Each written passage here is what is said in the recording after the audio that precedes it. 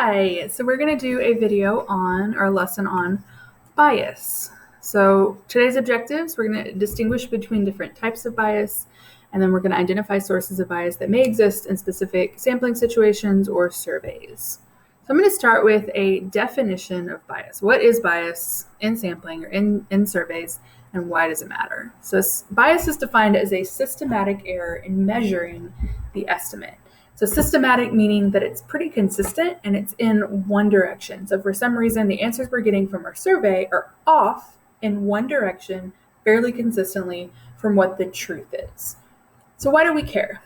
Well, if we have really bad data, there's nothing we can do with that. We have a saying in statistics that garbage in, garbage out. If we have bad data that's biased, there's nothing we can do with that. We can't fix it. We can't do anything with it. We just kind of have to start over. And we want to avoid doing that at all possible. So we look at ways to avoid bias in those situations.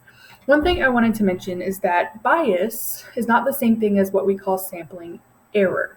Sampling error just means that there's variation. When we take a sample to represent a population, that sample is not always going to be perfect. It's going to give us kind of varied answers around what is actually the truth, but that's not the same thing as bias. So I wanted to show you this quick visual of what I mean by that. So in this situation, we're throwing darts at a dartboard. Theoretically, the goal would be to get in the center as much as possible. So like this front dartboard right here. This back dartboard, we can kind of see that the holes are all pretty close together. So it seems like this person was very accurate. They were close. They're probably good at throwing darts, but their holes are not in the center. So something was pulling those off in that one direction consistently. Maybe they weren't even aiming for the center, or maybe something was kind of causing their darts to go off in that one direction. I don't know how that would happen, but that would represent what we call bias. Something is pulling those away consistently in one direction. This middle one is more what we would call sampling error or sampling variation. The person was still aiming for the center, and they even got one kind of in that center circle, but overall their darts are very spread out. There's a lot of variation there. They're probably not very good at throwing darts, which led to a lot of variability. So this is bias, and then this one in the middle would be what we call sampling variability. Neither of them are perfect. Ideally, we would want little bias and little variability, but bias is something that we have a little bit more direct control over. So we're going to talk now about some common sources of bias that comes from the way we take a sample. So the first one is what we call voluntary response bias. So voluntary response bias means that, or is when people choose to respond. So we're never actually picking a sample. We're not doing anything randomly. We're not even picking it unrandomly. We don't pick a sample at all. We kind of just put this survey question out in the void for anybody who feels like answering can respond and answer and be a part of the sample. They're self-selected.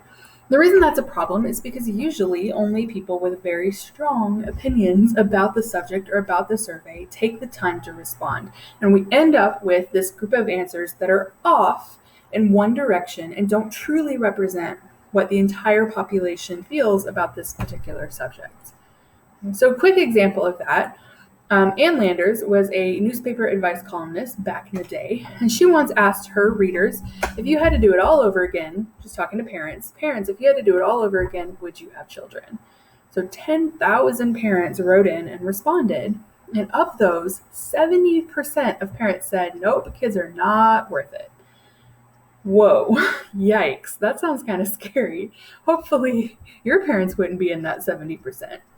But what we realize here is this is definitely a voluntary response. Ann Landers or her people did not pick a sample. They just kind of put this question out there in the void for any parent who wanted to respond. And what happened is the parents who had a really bad day, maybe their kids did something kind of stupid that day, and they're the ones who responded. So they did another survey, and this time Gallup conducted this one. Gallup is a very common sampling or survey company. They used a random sampling method to pick an actual sample, and that this time, actually 90% of parents were happy with their decision to have children. So that completely changed the result, and this is a much more reliable result because it's a random sample and not just kind of putting it out there for anybody. Okay, so yay, we're happy. All of your parents love you. The next type of bias that has to do with sampling is called non-response bias. So non-response bias occurs when an individual chosen for a sample can't be contacted, or they refuse to cooperate, or maybe forgets to respond. But we choose a sample, probably even randomly choose a sample, but we don't necessarily get responses from all of the people that we chose. So for example, a company randomly selects 100 of its regular customers, calls the phone numbers listed in their profiles to survey them. Only 72 of the chosen people answer their phones, and then of those, only 34 are willing to participate. So they started with a sample size of 100. That was their desired sample size. They even picked it randomly. They're doing a good job. But then at the end, they only got answers from 34 of that original 100. So this is non-response bias. And the reason this would matter is because the 28, I can do math. So the 28 who didn't answer their phones, they weren't available. They don't answer phone calls from numbers they don't recognize, etc.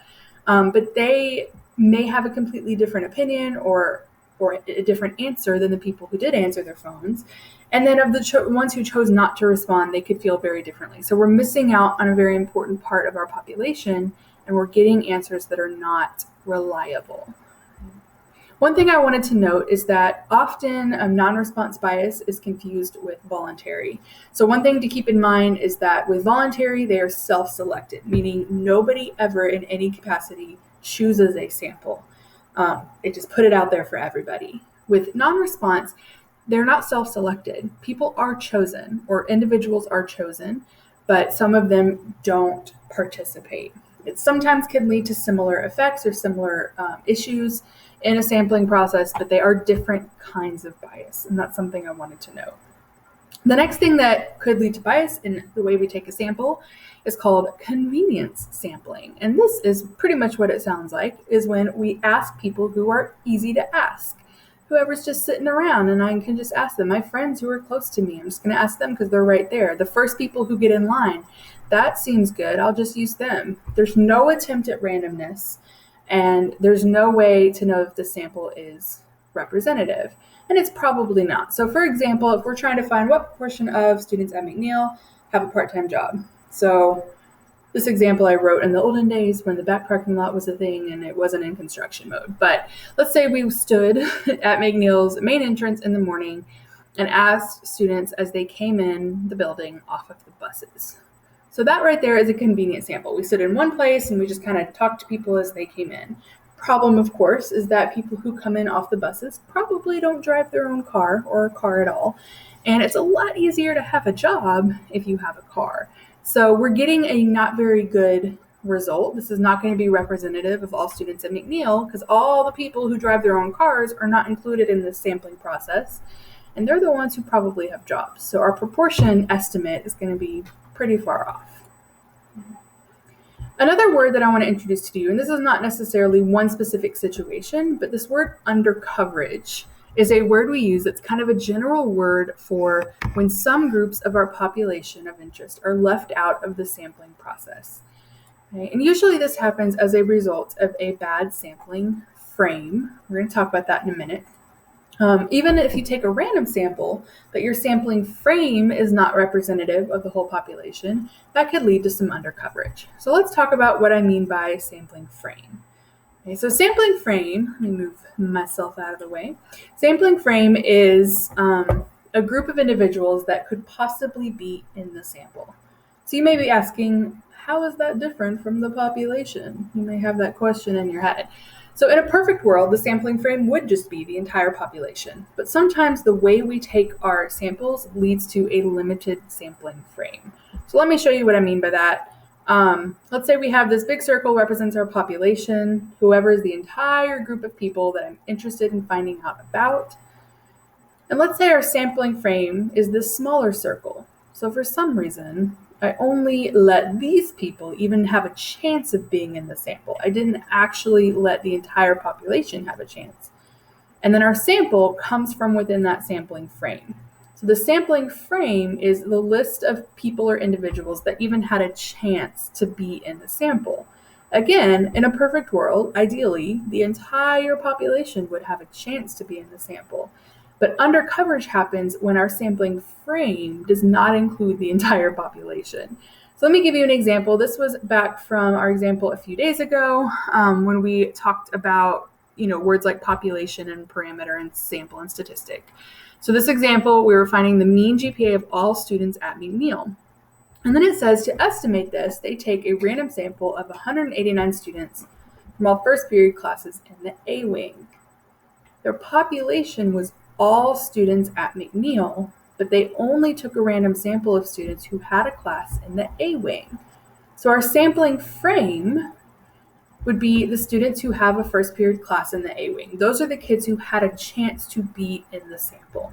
And this is under coverage. The people who have first period classes in the A wing could all be very different from the rest of the school in a specific way.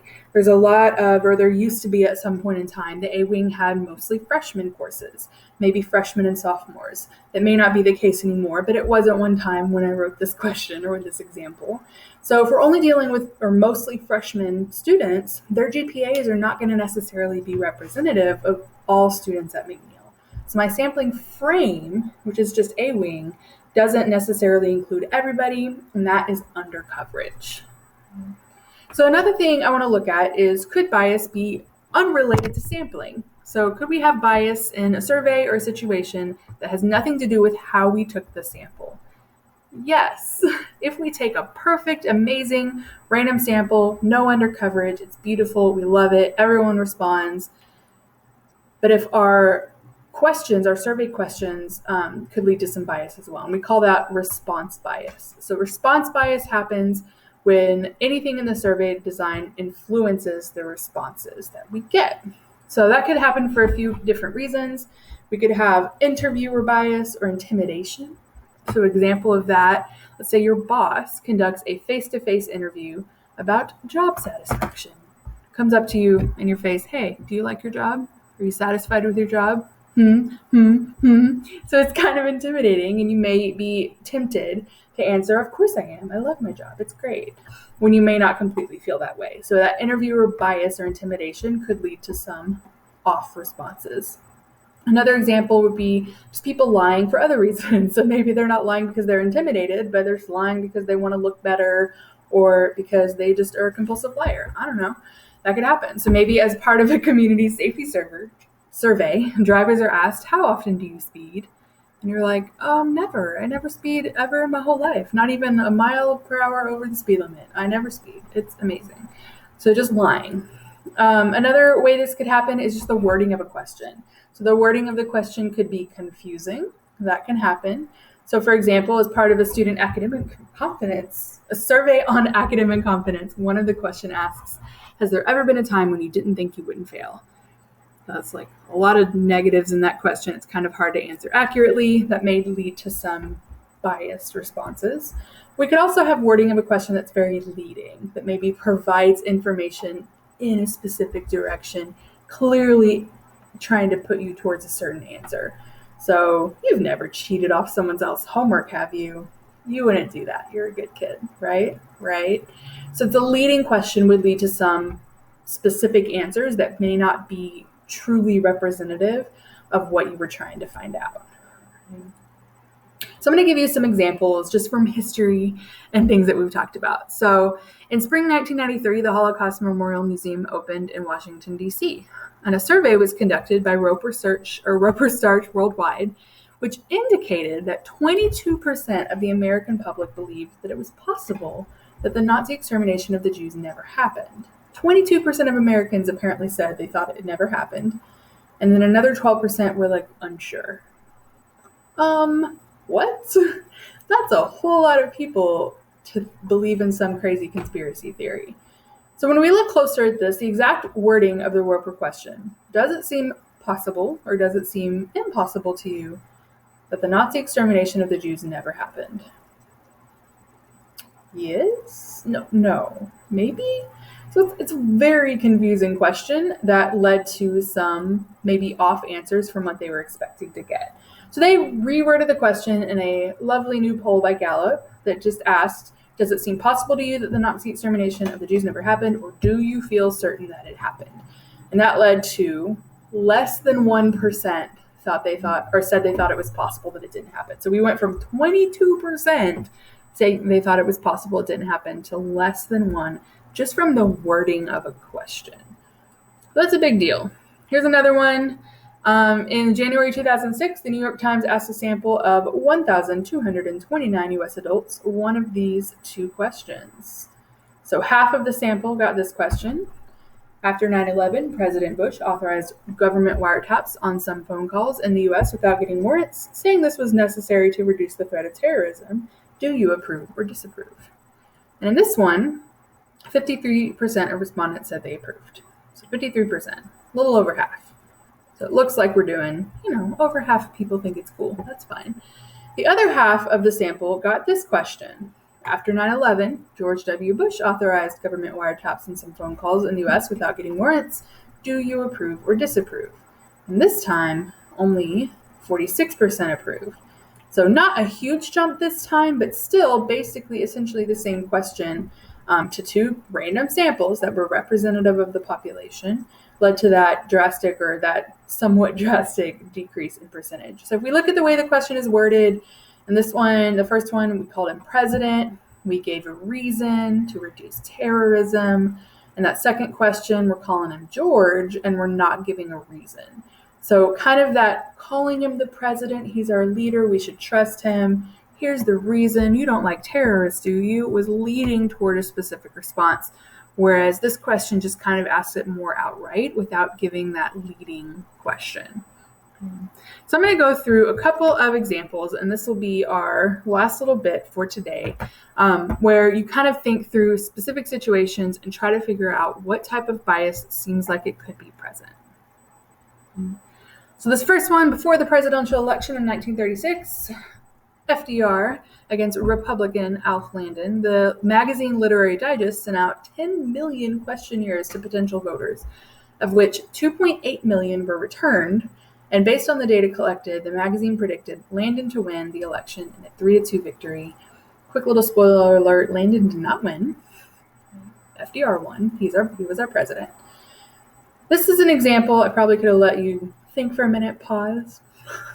But this is an example of non-response bias. So we can see that 10 million surveys were sent out, only 2.8 million were returned.